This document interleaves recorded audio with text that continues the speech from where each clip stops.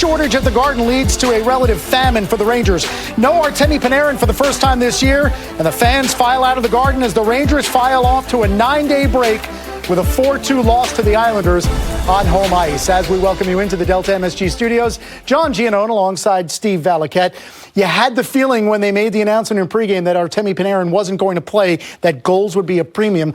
Too little, too late, despite what we saw late in the third period. Yeah, very fair, John. And look, I think that on a night where we talked about luck a lot, the Rangers were on the wrong side of it. That started before the game. I mean, you take 18 primary assists and 26 goals from Panarin out of your lineup, you get a glimpse of what the season could look like had he never came here, right? And then you're looking at the first goal that goes off of your own man in front, the third goal that goes off of your own man in front, and how about Strome scoring in the second period, and then the coach's challenge has Fost skate not on the ice, and how frustrating that can be. I don't even want to talk about it, right? So you're in a tough spot in this hockey game. There was a bit of a fight back, and you have 43 shots on goal, and Greiss was very good for the Islanders. Yeah, this much of the blade separated the Rangers from turning 3-0 to 3-1 and maybe having some momentum heading into the third. But you got the feeling through the first two periods, 14 shots on goal in the first, 16 shots on goal in the second, that maybe the Rangers deserved a better fate than 0 after 2. Right, and you need a finisher too. And again, back to Panarin quickly. How many of those 43 shots tonight, if he's in the lineup, would he have had? How many of those would have been passes to somebody else that were shots on goal? He's a difference maker. There was a lot of scoring opportunities, and look at player to player, I don't think anybody had a bad night. You could go through the entire lineup. Kakko was much more noticeable. Buchnevich was much more noticeable. Chytil was noticeable again. I think there was plenty of offense to be had. Greiss was great. Give him a lot of credit. And one thing that a lot of people don't know about Greiss is he's one of the stronger goalies in the NHL laterally. So he's faced 30 east to west one-timers this year. He's only given up 6 goals. When the Rangers tried for that play, he is strong. He's technically very, very strong.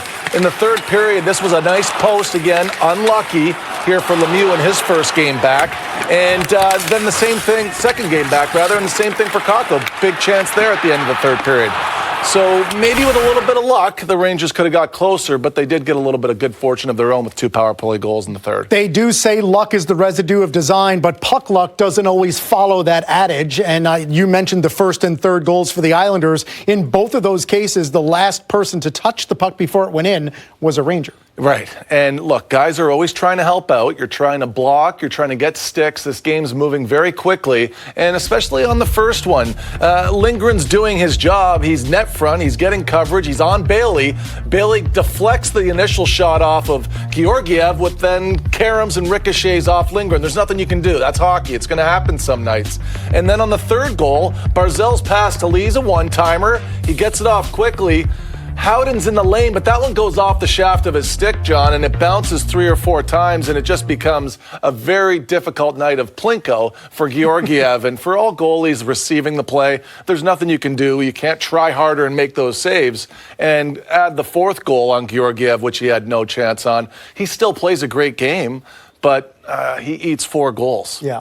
We talked before the game about special teams and how they always matter so much. Islanders came into tonight 2 for 29 on the power play. They scored 2 power play goals in a 3-minute span in the first period, vis-a-vis the Rangers, who had a couple power play chances early, and with no Panarin, maybe you could tell the difference? And it was a nice adjustment. Excuse me. What I liked about what the Rangers did was they went in the first period from a half-wall setup, their 1-3-1 setup, and then they went in the third period for the points. So it's a good setup here. They're getting set up, and they're going to move into what they want to call a play that they would normally have if we stop it right here.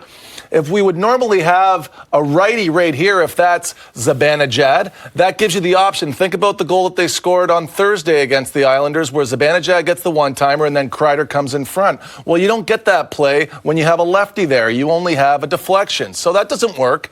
The Rangers aren't really able to recover the puck after the missed pass, and nothing really happens. But it's just a different look, John, when you have a lefty on the right side of the ice on that setup in Buchnevich instead of having Zibanejad there, and he's on the other side of the ice.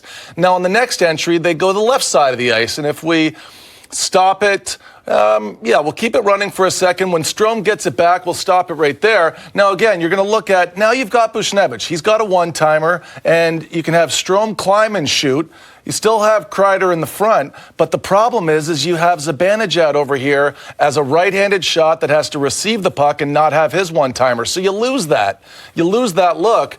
But when you get the puck to the point in the third period, I thought the Rangers made their nice adjustment. This is just a little bit too much time for everybody to set up. And once the Islanders get in that structure, they're not going to break down. That's where they're at their best. But when they're successful in the third period, it was the same thing twice. Forget about moving off the half wall. Let's get it to the points. Let's open up the Islanders a little bit, and now you can attack their box north-south. Now, if we stop it right here, now look what you have. You got Buchnevich screening. You get Kreider screening. You've got a goaltender that can't see anything off the puck. And now all you have to do is drift it in as Fox, and you've got a redirection and help and a screen, and you're going to get a goal. And for the second power play goal of the period, you're into that under 5-minute mark. Same idea, though. Get it to the point. Stop it right here. You've got the same high screen. You've got layers. And again, Greiss can't see it. It's the same thing.